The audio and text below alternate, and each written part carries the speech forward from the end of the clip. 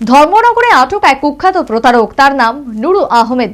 Police তার কাছ থেকে নগদ অর্থ উদ্ধার করে মামলা হাতে নিয়েছে।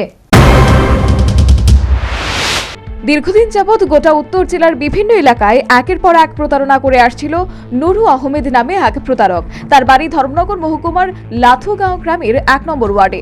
গত শনিবার ওই প্রতারক কাঞ্চনপুর মহকুমার আনন্দবাজার এলাকায় এক ক্ষুদ্র ব্যবসায়ী মৃণাল দাসকে তার প্রতারণার জালে ফেলে ফোন করে বলে সে বাজার দর থেকে অনেক কম দামে চাল, ডাল ও তেল দিতে পারবে।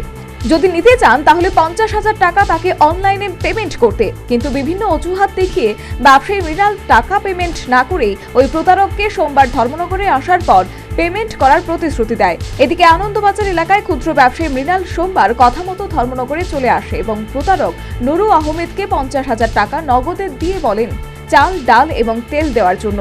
প্রতারক নুরু তার থেকে টাকা ও গাড়ি নিয়ে চলে আসে ধর্মনগর অফিস টিলা এলাকায়। সেখানে গাড়ি রেখে প্রতারক নুরু আহমেদ পালিয়ে যায়। এদিকে ক্ষুদ্র ব্যবসায়ী মৃণাল রাজবাড়ি এলাকায় দীর্ঘক্ষণ অপেক্ষা করার পর অফিস টিলায় চলে আসে। এখানে আসার পর তিনি দেখতে পান ড্রাইভার গাড়ি নিয়ে বসে আছে। সঙ্গে সঙ্গে প্রতারক নুরুকে ফোন করেন, কিন্তু প্রতারকের মোবাইল সুইচ অফ থাকায় ব্যবসায়ী মৃণাল দাস বিচলিত হয়ে ওঠে। দেরি না করে ধর্মনগর থানায় ছুটে যান এবং প্রতারক নুরু আহমেদের ছবি দিয়ে বিস্তারিত ঘটনাটি জানান।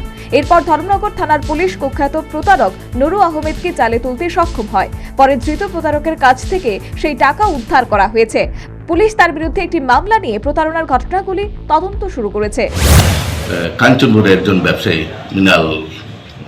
মৃণাল দাস, তো ওনার কাছ থেকে একজন প্রতারক নাকি ওনাকে চাল দেওয়ার নাম করে ওনার থেকে 50,000 টাকা ওনার কাছ থেকে নিয়ে গেছে, কিন্তু চাল দেওয়া হয়েছে না।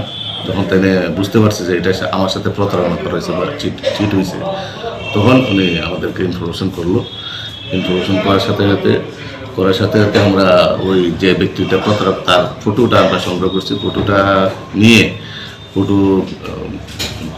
ফটো থ্রুতে আমরা ডিটেইন করতে সক্ষম হয়েছি এবং তার কাছ থেকে যে মৃণালের যে টাকাটা নিয়েছে মৃণাল বাবু থেকে, সেই টাকাটা আমরা উদ্ধার করতে সক্ষম হয়েছি।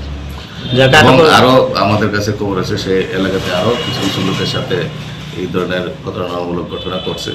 আমরা বিষয়টা ইনভেস্টিগেশন করে দেখছি এবং তার বিরুদ্ধে আমরা আইনগত ব্যবস্থা নিচ্ছি। যাকে আটক করে হয়েছে তার নাম কি? তার নাম হলো নূর আহমেদ, বাড়ি লতুগা।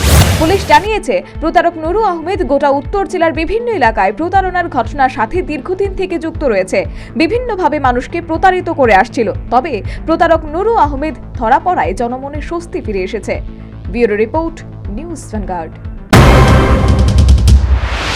শিজা ইনস্টিটিউট অফ কিডনি সায়েন্সেস কিডনির জটিল রোগের চিকিৎসার জন্য এক উৎকৃষ্ট প্রতিষ্ঠান, যেখানে উত্তর পূর্ব ভারতের প্রথম এবিও অসামঞ্জস্য কিডনি প্রতিস্থাপন এবং মৃত ব্যক্তির কিডনি প্রতিস্থাপন করা হয়। এখানে ১১৫টিরও বেশি কিডনি প্রতিস্থাপন এবং উত্তর পূর্ব ভারতের সবচেয়ে বেশি হিমোডায়ালিসিস করা হয়েছে এবং এই সংখ্যা দিন দিন বাড়ছে। Shija Institute of Kidney Sciences Tripura সরকার সহ অরুণাচল প্রদেশ, মেঘালয়, মিজোরাম, মণিপুর এবং নাগাল্যান্ড সরকার দ্বারা স্বীকৃতি প্রাপ্ত।